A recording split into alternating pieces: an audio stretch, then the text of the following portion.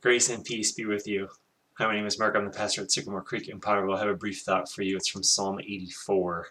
I chuckle every time I hear the quote that says, Puritanism is the haunting fear that someone somewhere may be happy. I also cringe a little bit when I hear that because it ties into the idea that Christians, right, aren't fun or they don't know how to be happy. And I think that's a false, it's just not true, a false assertion. And Psalm 84 is a lovely example of the happiness and the joy of living with God. Verse 1 starts right away. It says, How lovely is your dwelling place, O Lord Almighty.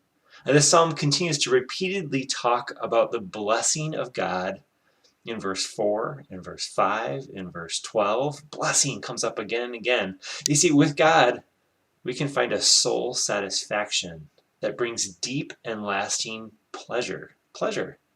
And that pleasure, it fuels our desire to be in God's presence.